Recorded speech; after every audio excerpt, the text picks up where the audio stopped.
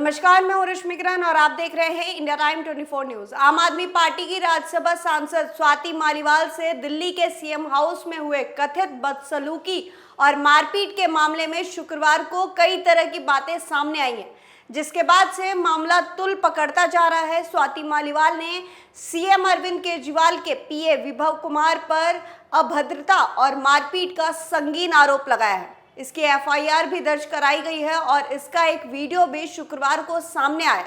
Video Delhi CM house का है, जिसके बाद दिल्ली पुलिस शुक्रवार शाम को सीएम अरविंद केजरीवाल के घर पहुंची और सीन रिक्रिएट किया। इधर आम आदमी पार्टी ने प्रेस कॉन्फ्रेंस कर स्वाति मालीवाल के आरोपों को बेसलेस बताया है और पूरे मामले को बीजेपी की साजिश बताया है। वहीं दूसरी ओर विभव कुमार ने भी इस मामले में देर शाम क्रॉस एफआईआर दर्ज कराई। इस बीच सवाल ये उठ रहा है कि आखिर सीएम केजरीवाल के घर पर किस बात को लेकर झगड़ा हुआ, स्वाति मालीवाल और आपका क्या पक्ष है, साथ ही केजरीवाल की चुप्पी के क्या मायने हैं। बता दें, सीएम अरविंद केजरीवाल के पीए विभव कुमार के खिलाफ दर्ज एफआईआर के मुताबिक 13 मई की सुबह 9 बजे स्वाति मालीवाल अरविंद केजरीवाल से मिलने उनके सिविल लाइन स्थित सीएम हाउस पहुंची। ऑफिस में स्वाति ने सीएम के पर्सनल सेक्रेटरी विभव कुमार को कॉल किया, लेकिन उन्होंने कॉल रिसीव नहीं की। फिर स्वाति ने विभव को व्हाट्सएप पर मैसेज किया, इसका रिप्लाई भी उन्हें नहीं आया। इसके बाद वो सीएम आवास की ओर चली गई। वहां मौजूद स्टाफ से उन्होंने सीएम केजरीवाल तक मैसेज भिजवाया और उनसे मिलने की गुजारिश की। स्टाफ ने उनसे कहा कि सीएम कुछ देर में मिलेंगे, तब तक ड्राइंग रूम में बैठकर इंतजार करें। एफआईआर के मुताबिक स्वाति इंतजार करती रही कि अचानक विभव कुमार वहां आए और उन पर चिल्लाने लगे। स्वाति का आरोप है कि विभव कुमार ने बदसलूकी की, उन्हें 7-8 थप्पड़ भी मारे, पेट और सीने पर लात मारी, उनका सिर सेंट्रल टेबल पर दे मारा। इसके बाद उनके शर्ट के बटन खुल गए। वो किसी तरह खुद को छुड़ाते हुए सोफे पर बैठ गईं।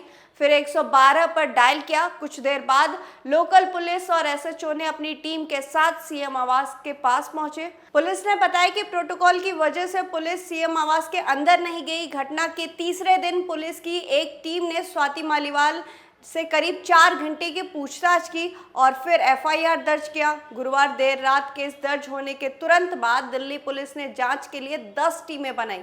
इनमें से 4 टीमें विभव कुमार की लोकेशन को पता कर उसकी गिरफ्तारी में लगी। बाकी की 6 टीमें इस मामले से जुड़े सभी सबूतों को खंगाल रही। गुरुवार रात 11 बजे दिल्ली पुलिस स्वाति मालीवाल को लेकर एम्स पहुंचती है, जहां उनका मेडिकल करवाया गया। इसके बाद शुक्रवार 17 मई यानी कि स्वाति मालीवाल ने 30 हजारी कोर्ट में मजिस्ट्रेट के सामने अपना बयान दर्ज कराया। पुलिस अब सीएम आवास में लगे 8 सीसीटीवी कैमरे के फुटेज जुटाने की कोशिश कर रही है। सीएम हाउस में सीन को रिक्रिएट किया गया है। वहीं अब राज्यसभा सांसद स्वाति मालीवाल से सीएम आवास में हुई मारपीट के मामले में एक और वीडियो सोशल मीडिया पर सामने आया है। आप सूत्रों के मुताबिक ये वीडियो सीएम आवास का है और 13 मई का है।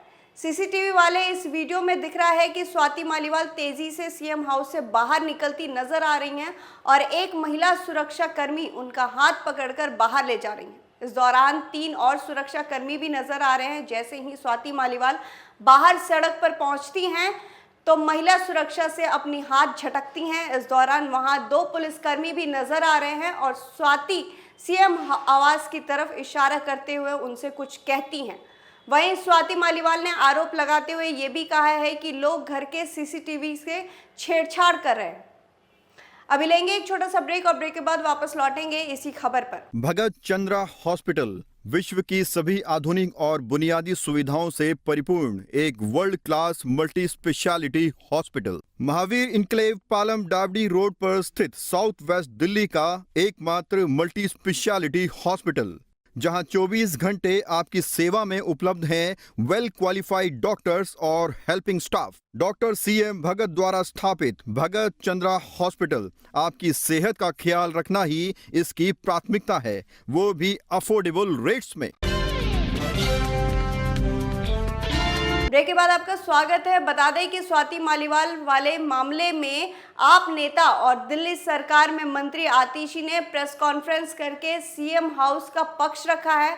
आतिशी ने इस साजिश के पीछे भारतीय जनता पार्टी का हाथ बताया। आतिशी ने कहा कि स्वाति मालीवाल झूठ बोल रही हैं। सीएम केजरीवाल के पीए विभव कुमार पर झूठे आरोप लगाए जा रहे हैं। मुख्यमंत्री केजरीवाल घटना वाले दिन वहां नहीं थे। भारतीय जनता पार्टी का ये स्टैंडर्ड ऑपरेटिंग प्रोसीजर है। वो विपक्ष की पार्टियों के नेताओं पर केस करते हैं। CBI, ED, income tax department, economic offences wing, anti corruption bureaus का इस्तेमाल करते हैं। उसके आधार पर नेताओं को ब्लैकमेल करते हैं। ये कोई आज की कहानी नहीं है। ये पूरे देश ने देखा है कि किस तरह से चाहे कांग्रेस पार्टी के नेता हों, चाहे एनसीपी के नेता हों, एक एक करके केस लगाए जाते हैं, फिर उनको भारतीय जनता पार्टी में शामिल किया जाता है। उसी तरह से स्वाति मालीवाल जी पर जो केस चल रहा है, एसीबी किसके हाथ में है, दिल्ली पुलिस किसके हाथ में है, बताएं जेपी नड्डा जी। ये बिल्कुल साफ है कि जो स्वाति मालीवाल जी पर केस हो रहा है, शायद उसी को इस्तेमाल करते हुए स्वाति मालीवाल जी को षड्यंत्र में शामिल किया। वहीं स्वाति मालीवाल मारपीट मामले पर दिल्ली सरकार में मंत्री सौरभ भारद्वाज ने क्या कुछ कहा, अब जरा ये सुनिए। देखिए, जब स्वाति मालीवाल जी ने पहली बार ये आरोप लगाया, किसी भी महिला द्वारा ऐसा आरोप लगाया जाता है तो लोगों की सहानुभूति होती है, हमारी भी थी। और फिर उन्होंने बताया कि उनको थप्पड़ मारे गए, लात घूंसे मारे गए, उनके कपड़े फट गए, किसी तरीके से वो अपने आप को बचा के निकली। ये बात उन्होंने 13 तारीख की बताई।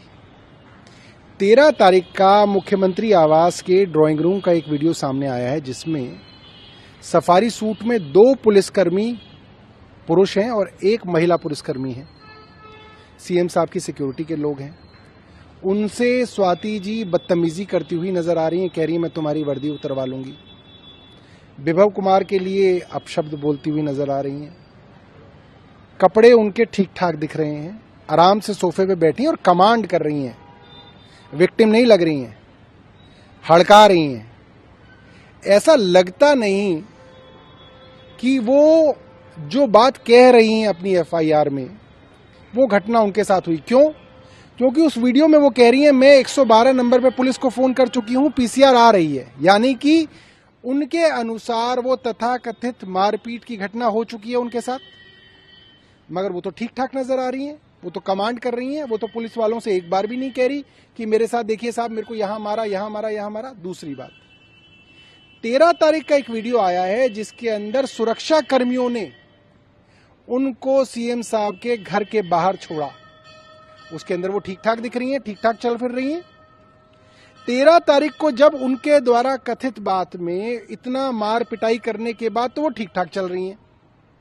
और कल 17 तारीख को 4 दिन बाद जो उन्होंने मेडिकल कराने गई और 164 का बयान दर्ज कराने कोर्ट गई, उसके अंदर वो इतना आराम आराम से लंगड़ा के चल रही हैं जैसे कि उनके साथ बहुत ज्यादा मारपीट हुई है। ये विरोधाभास है। ये बात कोई भी आदमी देखेगा तो समझेगा इसके अंदर गड़बड़ी है, इसके अंदर कोई बड़ी साजिश है। नड्डा साहब को मैं सुन रहा था, वे कह रहे हैं कि भारतीय जनता पार्टी का कोई नेता उनके संपर्क में नहीं है। मैं चुनौती देता हूं, उनके पास सारी की सारी एजेंसी हैं, उनके जितने भी व्हाट्सएप कॉल्स हैं, फेस टाइम कॉल्स हैं, देख लें।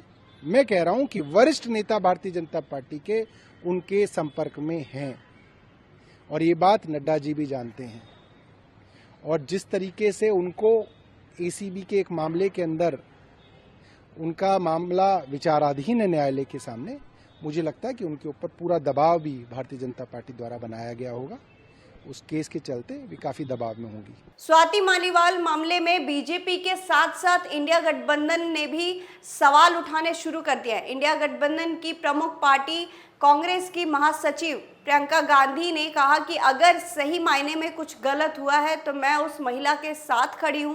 मैं हमेशा महिलाओं के साथ खड़ी रहती हूं, चाहे वो किसी भी पार्टी की हूं। साथ ही उन्होंने ये भी कहा कि आप पार्टी आपस में चर्चा करें और निर्णय लेंगी, ये उन पर है। स्वाति मालीवाल को कुछ कहना चाहेंगी, क्योंकि बड़ी बात बीजेपी अब निशाने पर इंडिया अलायंस को ले रही है। मामला आम आदमी पार्टी का है, लेकिन अलायंस को पूरे निशाने पर ले लिया कि ये इस तरीके के हालात हो रहे हैं। देखिए, इसमें 2 बात है।